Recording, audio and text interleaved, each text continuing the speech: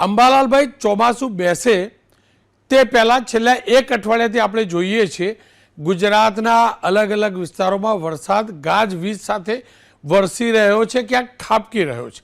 આ વરસાદને કેવી રીતે મૂલવી શકાય અને શું હવે પછી સત્તાવાર રીતે ચોમાસું બેસે, આપ જે કહી રહ્યા હતા ત્યાં એ દિવસોમાં, ત્યાં સુધી આ જ પ્રકારનો વરસાદ યથાવત રહેશે?